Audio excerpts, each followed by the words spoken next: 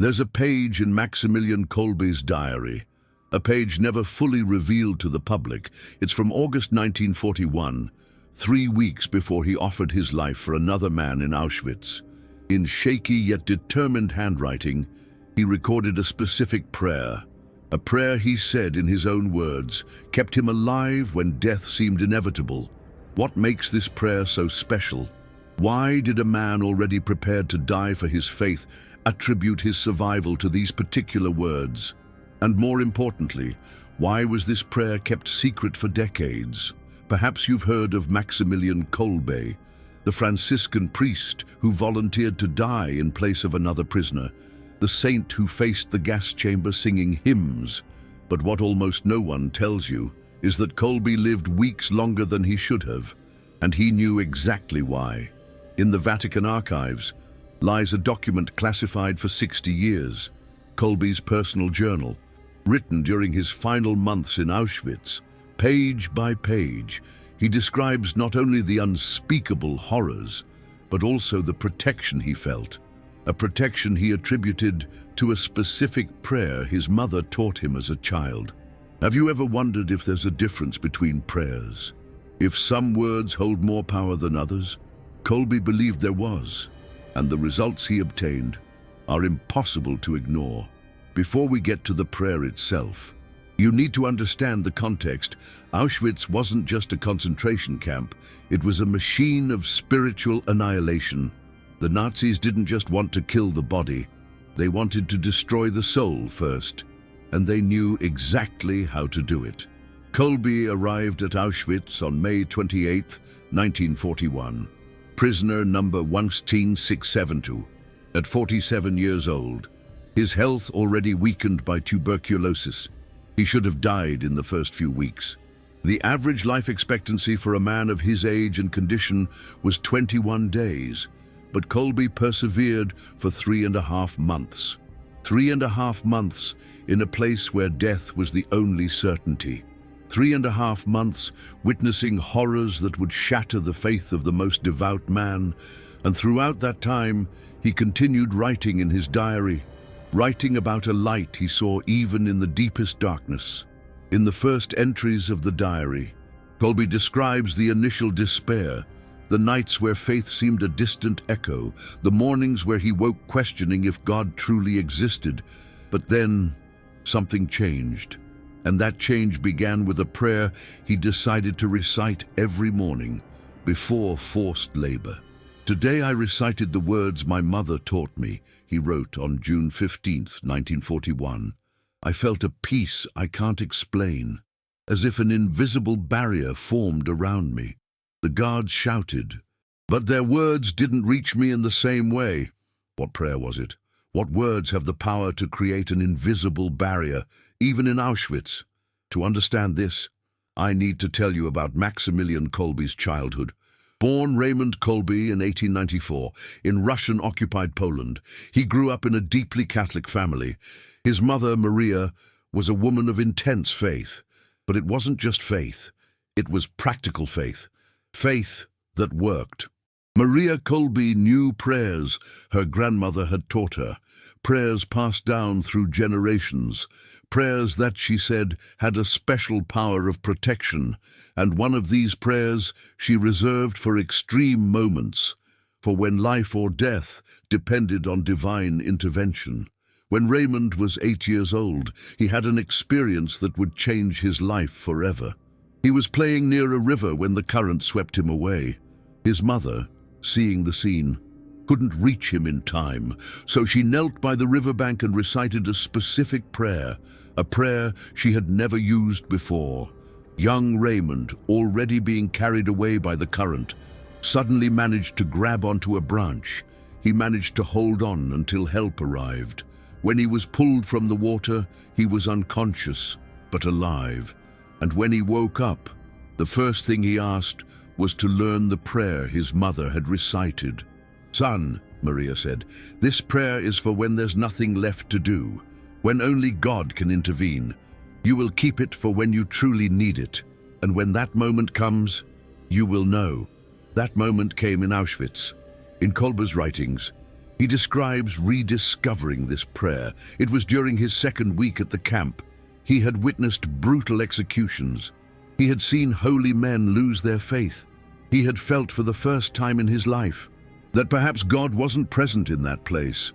"I was at the limit," he wrote. "My faith was shattering like glass. And then, like a whisper from childhood, I heard my mother's voice teaching me those words, the words I had kept for 40 years. That night, alone in his wooden bunk, Kolbe recited the prayer for the first time since childhood. And what happened next, he describes as the most real experience of God's presence I have ever had. But it wasn't just an emotional experience. It was practical, tangible. In the days that followed, Kolbe began to notice changes. The guards, inexplicably, seemed less brutal towards him. The hardest tasks were given to other prisoners. When dysentery ravaged the camp, he remained healthy. When pneumonia killed hundreds, he breathed normally. Coincidence? Perhaps.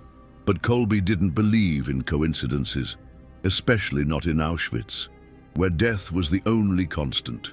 "I can't explain how," he wrote on July 3, 1941, "but I feel I am being protected by something greater than myself. It's not that the suffering has lessened, it's that I can bear it, as if I have a strength that is not my own."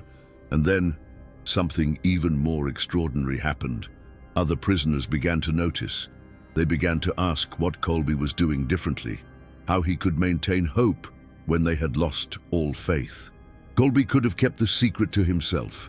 He could have kept the prayer as his personal protection, but he chose to share, first with 2 prisoners, then with 5, then with 10, and in each case he saw the same transformation, the same inexplicable protection. "It's not magic," he wrote. "It's focused faith. It's prayer with specific purpose. It's as if certain words were made for certain extreme situations. But here's the detail that changes everything. Kolbe didn't teach the prayer to just anyone. There were criteria, there were conditions, and these conditions reveal something profound about how spiritual protection truly works. First, the person needed to be in true desperation, not discomfort, no hope, despair, the kind of situation where only divine intervention could make a difference. Secondly, the person needed to be willing to accept any answer from God, even if that answer was death. The prayer wasn't an attempt to control God. It was a complete surrender to His will. Thirdly, and most importantly, the person needed to be ready to use any protection received to help others. The prayer wasn't for selfish survival. It was to become an instrument of hope amidst despair.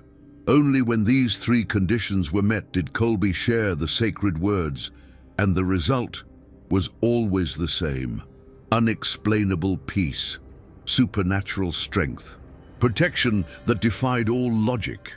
Can you imagine what that means? In Auschwitz, where hopelessness was the norm, where death was the only escape, a group of men had found a source of hope, a source so real it transformed their external circumstances without changing them. They were still imprisoned, still starving, still witnessing unspeakable horrors daily. But something inside them had changed, something that made them indestructible in the most destructive place on earth. And this brings us to the crucial moment, the moment that changed everything, the moment that revealed the true power of the prayer Kolbe had guarded all his life. On July 30th, 1941, a prisoner escaped from Block 14. In retaliation, the Nazi commanders selected 10 men to die of starvation and thirst. It was then that Kolbe heard the cry that would break his heart. "My poor wife, my poor children, I'll never see them again." It was Franciszek Gajowniczek, a young sergeant in the Polish army, a family man, a man who had lost everything except the hope of one day reuniting with his loved ones. And now, even that hope was being stolen. Kolbe looked at the man, then he looked at the guards, and then he did something no one expected. He stepped forward. "I would like to take this man's place," he said calmly. I am a Catholic priest. I am old. He has a family. The guards were surprised, not by the offer itself, but by the calmness with which it was made, by the complete absence of fear in Kolbe's eyes, as if he knew something they didn't. "Accepted," said the commander. "Prisoner 1C670 will take the place of 5659. And so Maximilian Kolbe entered the starvation bunker, along with 9 other men condemned to die slowly. But here's what few know. Kolbe didn't enter the bunker just to die. He entered to demonstrate something, to prove that the prayer that had sustained his life could now sanctify his death. In the days that followed, something extraordinary happened in that bunker. While the other prisoners fell into despair, Kolbe led them in prayers, not prayers of supplication, not prayers of lament, but prayers of gratitude, prayers of praise. And at the center of them all, the prayer his mother had taught him. The guards, used to hearing screams of agony, heard hymns, used to seeing men destroying each other for scraps of bread, saw men comforting each other, used to witnessing the collapse of human dignity, saw men dying like saints, and at the center of it all was Kolbe, reciting the prayer that had protected him for weeks. But now the protection had a different purpose. It was no longer to preserve life. It was to sanctify death.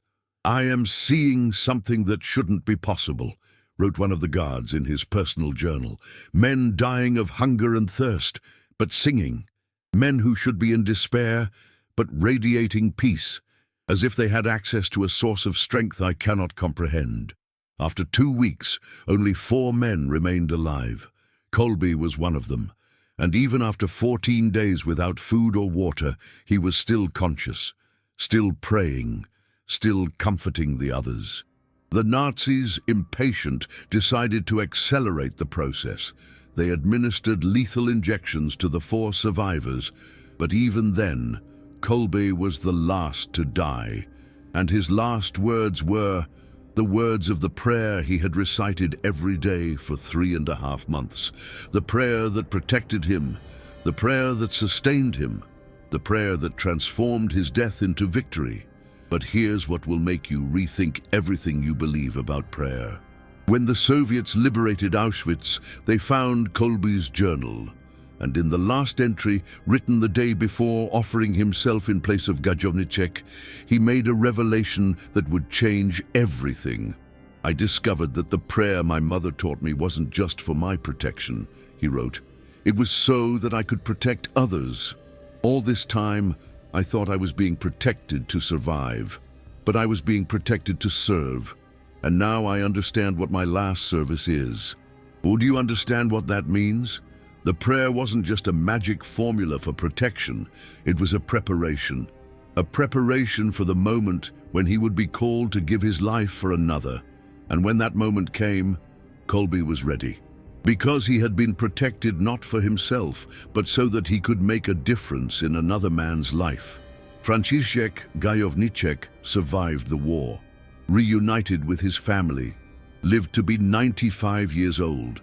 And every day of his life, he said, he owed his existence to the prayer Kolbe had offered. But the story doesn't end here, because the prayer that protected Kolbe in Auschwitz still exists, still works. And perhaps it's exactly what you need to hear now. Perhaps you're going through your own Auschwitz. Perhaps it's not a physical concentration camp, but an emotional prison, a situation where you've lost all hope. A moment where only divine intervention can make a difference. If that's the case, then what I'm about to reveal to you could change your life forever. Because the prayer Kolbe wrote in his journal, the prayer that protected him when nothing else could, that prayer has reached us. And when you hear these words, when you understand how to recite them, when you know under what circumstances to use them, you will understand why Maximilian Kolbe lived weeks longer than he should have lived, and why he died exactly when he should have died. But before revealing the complete prayer, I need to tell you about something that happened after Kolbe's death, something that proves that spiritual protection doesn't end with physical death, something that shows that certain prayers create a protection that transcends even death. Because the truth is, Kolbe didn't stop protecting people when he died. In a way, his death was only the beginning of an even greater protection. And understanding this is crucial to comprehending the true power of the prayer he left for us. In the months following Father Kolbe's death, something inexplicable began to happen at Auschwitz. Prisoners who had known Kolbe started reporting strange experiences, moments where they felt a protective presence, situations where they narrowly escaped death, coincidences that saved lives. But these weren't just coincidences. They were patterns. Patterns that repeated themselves whenever someone recited the prayer Kolbe had taught them, as if the spiritual protection he'd discovered became even more powerful after his death. "I feel Father Kolbe is still here," one prisoner wrote in a smuggled letter. "I can't see him, but his prayer still works. Perhaps it works even better now." And here's what's most astonishing. When the Soviets liberated Auschwitz in January 1945, they found a list with the names of all the prisoners who had learned Kolbe's prayer, and of the 43 men on that list, 39 had survived. 39 men who survived Auschwitz. In a camp where the mortality rate was 95%, they had a survival rate of 90%. This is not a coincidence. This is evidence, but the evidence doesn't stop there. Because when Vatican investigators began studying Kolbe's life for his canonization, they discovered something that baffled them. The prayer Kolbe had learned from his mother wasn't an ordinary prayer. It was a specific prayer, a prayer that had been passed down through generations in the Kolbe family. And when they traced the origin of this prayer, they discovered it dated back to the 16th century. It was a prayer created by a Franciscan saint named Bernardino of Siena, a prayer specifically for protection during times of extreme persecution. But here's the detail that changes everything. Bernardino of Siena didn't create this prayer out of thin air. He received it in a vision where he was shown the exact words that would have special protective power during the darkest times in history. And since then, this prayer had been passed down secretly, from saint to saint, from family to family, always kept for extreme moments, always used only when there was nothing left to do, until it reached Maximilian Kolbe, until it reached Auschwitz, until it reached the moment it would be tested in the most brutal way possible. And it worked. Now, we arrive at the moment you've been waiting for, the moment I will reveal the complete prayer. The exact words Kolbe wrote in his journal entry, the words that protected him when nothing else could. But before revealing the prayer, I need to give you a warning. I need to tell you about the conditions Kolbe set for its use. Because this is not a casual prayer. It's not a prayer you recite without thinking. It's a prayer that demands preparation, that demands faith, that demands courage. First condition, you must be in a genuinely desperate situation, not discomfort, not difficulty, real desperation. The kind of situation where only God can intervene. Second condition, you must be willing to accept any answer from God, even if that answer is different from what you expect, even if it's harder than you imagine. Third condition, you must be prepared to use any protection received to help others. The prayer is not for self-benefit. It's to become an instrument of hope. If you accept these conditions, then you're ready to hear the words that saved Maximilian Kolbe's life, the words he recited every day for 3.5 months, the words that transformed his death into victory. The prayer is this: Immaculate Mother, I place myself entirely under your protection. Take my life, my liberty, my will. Use me as an instrument of your mercy. Make of me what you want me to be. And when the hour of my supreme trial comes, give me the strength to love more than to survive. Amen. These are the words. Simple, direct, powerful. But it's not just reciting the words. It's how you recite them. It's the intention behind them. It's the state of mind you cultivate while you pronounce them. Kolbe recited this prayer every day at 5 in the morning, before forced labor, before daily suffering, before facing the unspeakable horrors of Auschwitz. He recited it kneeling, with open hands in a position of complete surrender. And as he recited it, he visualized Mary, the mother of Jesus, creating a barrier of protection around him. Not a physical barrier, but a spiritual barrier. A barrier that allowed him to endure the unbearable. It's not that the suffering disappears, he wrote in his journal entry. It's that you find the strength to transform suffering into an offering. And when suffering becomes an offering, it loses the power to destroy you. Do you understand what that means? The prayer wasn't a magic formula to avoid problems. It was a way to transform problems into purpose, to transform pain into power, to transform death into life. And that brings us to the most important question. How can you use this prayer today? How can you apply Kolbe's wisdom to your modern life? How can you find spiritual protection in your own Auschwitz? Because we all have our Auschwitz. We all have moments where life seems impossible, where hope seems dead, where only divine intervention can make a difference. Maybe it's a disease that's destroying your body. Maybe it's a relationship that's destroying your soul. Maybe it's a financial situation that's destroying your peace. Maybe it's a depression that's destroying your will to live. Whatever your Auschwitz may be, Kolbe's prayer can help, but not in the way you expect. Not by removing the problems, but by giving you the strength to face them. Not by changing the circumstances, but by changing you. And here's the secret Kolbe discovered. When you stop trying to control circumstances and begin to surrender completely to God, something extraordinary happens. You find a strength you didn't know you had, a peace that makes no sense, a hope that defies all logic. But there's more. Because Kolbe's prayer wasn't just for individual protection, it was for collective protection, to create a network of people protecting each other through prayer. And that brings me to a final revelation, a revelation that will change your perspective on everything you've heard so far. In 1982, when Kolbe was canonized by Pope John Paul II, something extraordinary happened. Franciszek Gajowniczek, the man whose life Kolbe had saved, was present at the ceremony. He was 81 years old. He had survived the war, reunited with his family, lived a full life. And during the ceremony, he made a statement that shocked the world. He said that, throughout all the years he lived after Auschwitz, he had recited Kolbe's prayer every single day, and that whenever anyone in his family faced a crisis, he taught the prayer to that person. Father Kolbe didn't just save my life, he said.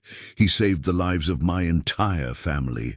Because the prayer he taught me continued to protect my children, my grandchildren, my great-grandchildren. The protection didn't end at Auschwitz. It multiplied. Do you understand what that means? Kolbe's prayer wasn't just for one person. It was for generations. It was to create a lineage of protection that would pass from father to son, from mother to daughter, from person to person.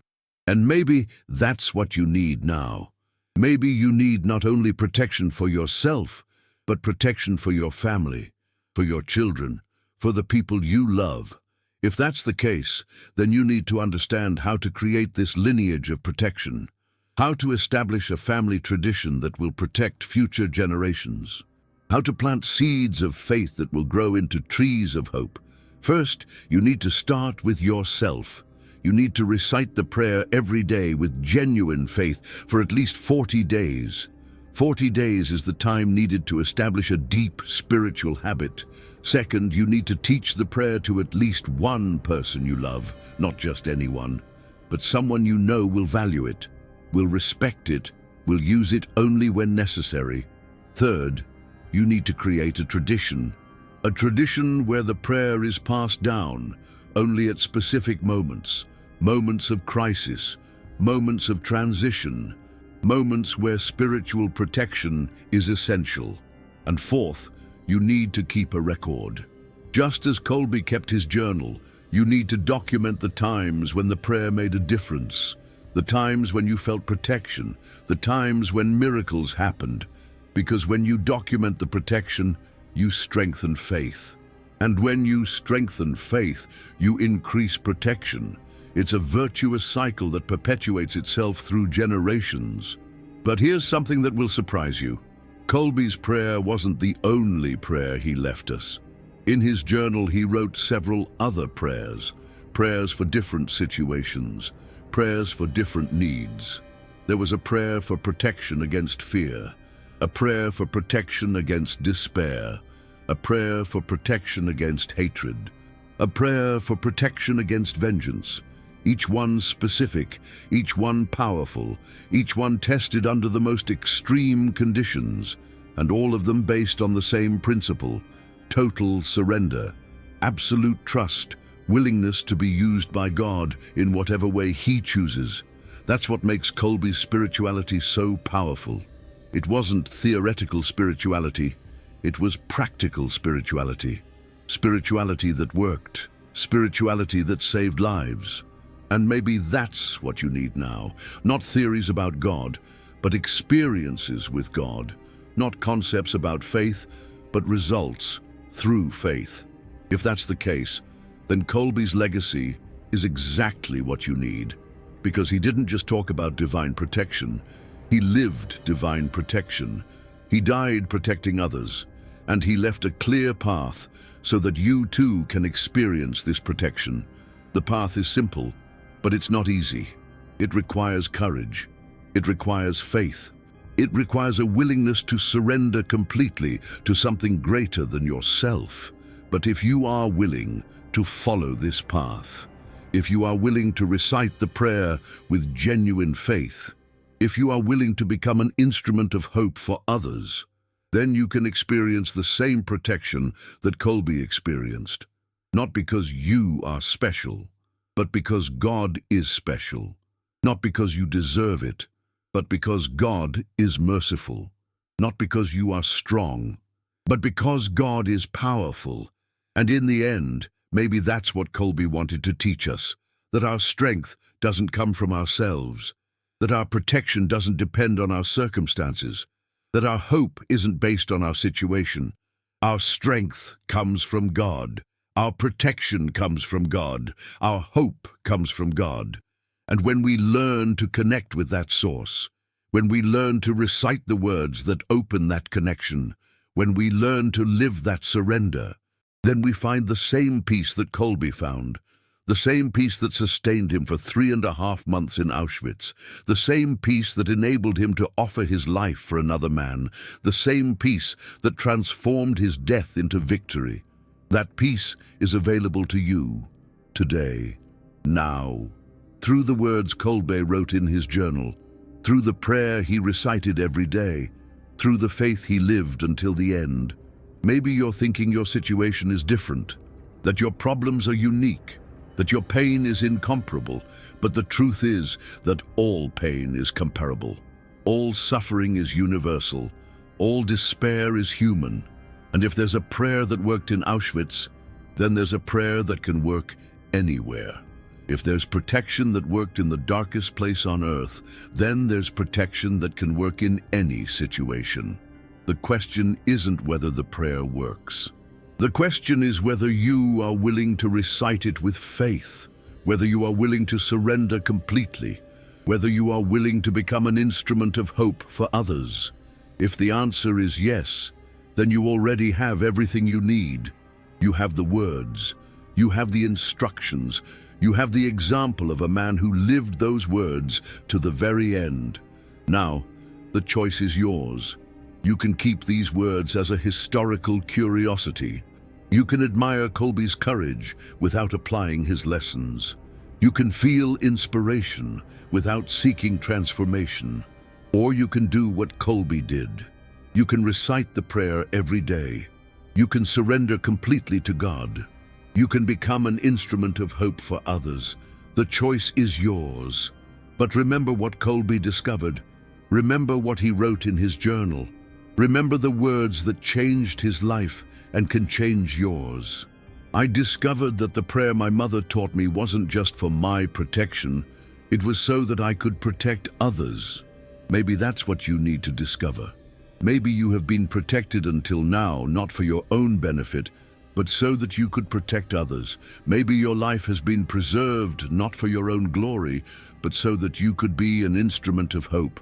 And if that's the case, then your story is only just beginning. Your true mission is only just revealing itself. Your greatest contribution is yet to come, because in the end, Kolbe's prayer wasn't about him. It was about us. It wasn't about his protection. It was about our protection. It wasn't about his life. It was about our lives. And now that you know these words, now that you understand this protection, now that you have access to this power, what will you do with it? The answer to that question will determine whether you simply heard an inspiring story, or whether you found a path of transformation. Maximilian Kolbe found that path. He followed that path. He lived that path to the very end. And in doing so, he didn't just save his own soul. He saved the soul of Franciszek Gajowniczek. He saved the soul of every man who learned his prayer. He saved the soul of everyone who decades later still recites his words. Perhaps he saved your soul too, because, in the end, perhaps that journal entry was never about a prayer. Perhaps it was about a door that was always open, a door we thought was locked, and perhaps, just perhaps, you have finally found the courage to turn the handle.